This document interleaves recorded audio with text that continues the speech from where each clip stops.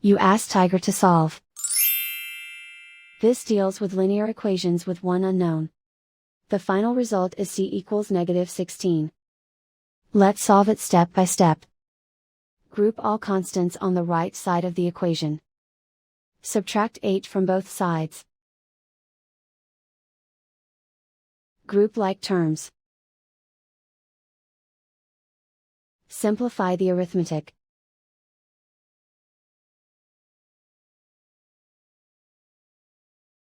Isolate the c.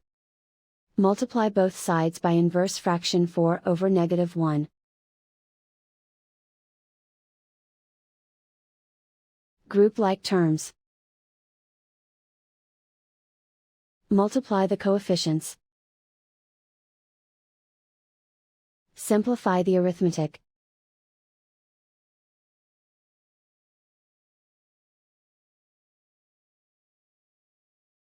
And so the final result is c equals -16.